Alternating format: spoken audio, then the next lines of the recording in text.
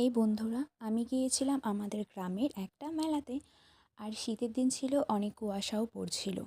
যাওয়ার পরেই আমরা এখানে নাগরদোলা আরও অনেক খেলার জিনিস দেখি। উঠতেও মন চাচ্ছিল, কিন্তু এগুলো ছিল বাচ্চাদের জন্য।